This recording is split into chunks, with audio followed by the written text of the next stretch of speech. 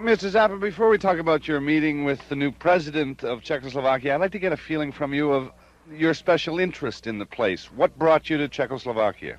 I met Mikhail Kotsab, who is a Czech musician.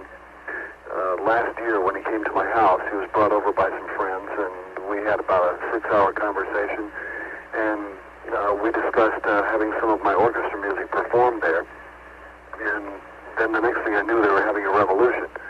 So shortly after the revolution, I discovered that Michael, the rock musician and orchestral composer, was now a member of Czech Parliament and had been one of the main negotiators between the Czech Politburo, the Politburo in Moscow, the KGB, and all this stuff. He was right in the middle of all this. And now he's the guy in Parliament. And so he says, come on in. So I went in. And it was very, very interesting. Your music has been circulated in Czechoslovakia since '68 in a kind of underground sort of way. Yes, it has. And as a matter of fact, when I arrived at the airport, there were approximately 5,000 people piled on top of the airport waiting for me when I got off the Aeroflot flight. Really? Yes. And I'm not exaggerating. It was unbelievable. Never in 25 years in the rock and roll business have I ever gotten off an airplane and seen anything like that. There was no security there. They were totally unprepared for the situation, and but the people were just wonderful. And when I managed to inch my way through the airport and got out into the, once we got out the front door of the airport, it took about a half an hour to go 40 feet from the curb to the bus because of the people that were just piling on top of us. But it was unbelievable.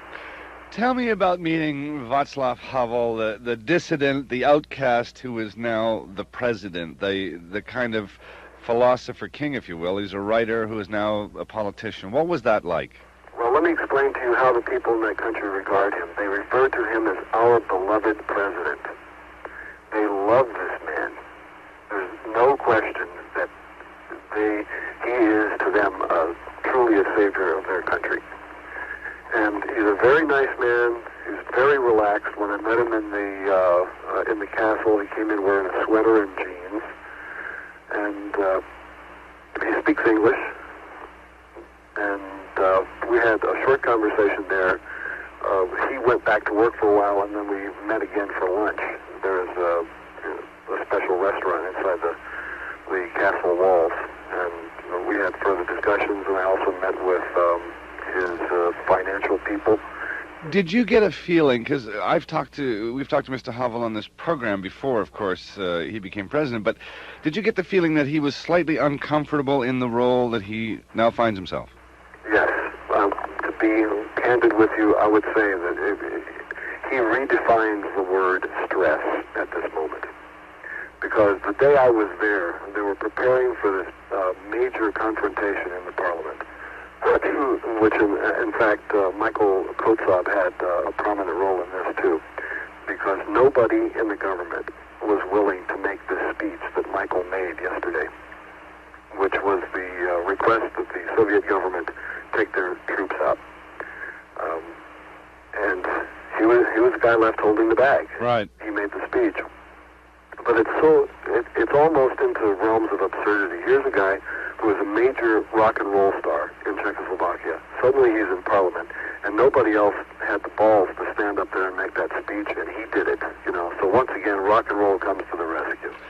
Now, you raise a very interesting point, because in the last 6 months, talking to people in Eastern Europe, there is a thread that runs through a lot of what has happened in those countries. It has to do with young people, and I'm wondering if Frank Zappa can connect, for me, young people, music, and those revolutions. Well, I can tell you what the situation is in Russia and in Czechoslovakia, because I've had some first-hand experience with it.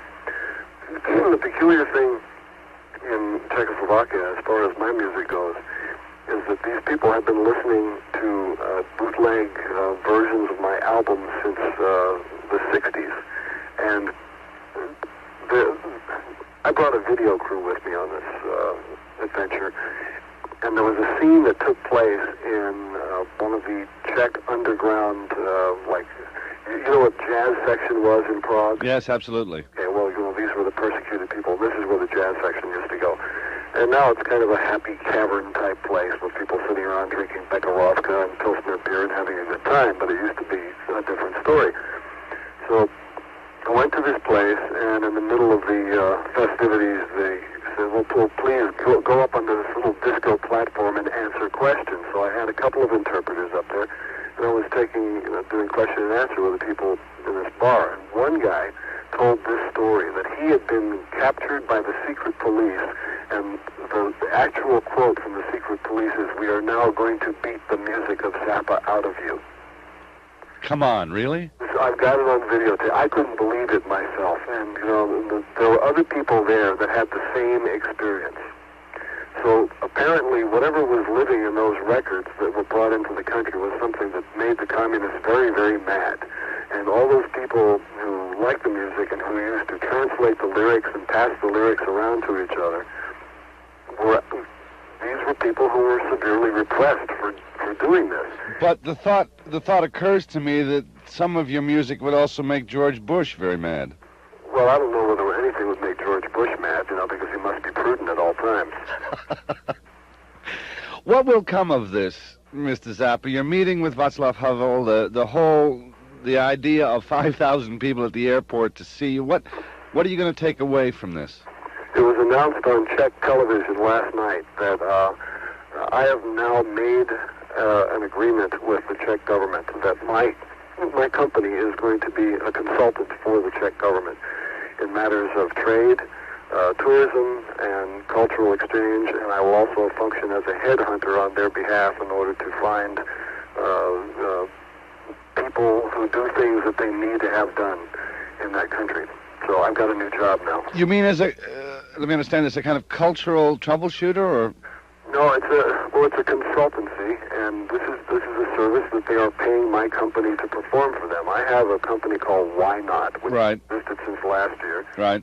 It does licensing, consulting, and social engineering. And at this dinner last night, we agreed that I will now be the representative of the Czech government. I'm just wondering how this will go down with the State Department. Are you going to be the new James Baker of the Czech government? Well, no. I'm not building policy for them, and I'm not going into the world of cocktail parties. This is a real, it's a nuts and bolts kind of a thing that needs to be done. There are certain projects that they would like to have developed, and I know some people that might like to develop these projects with them.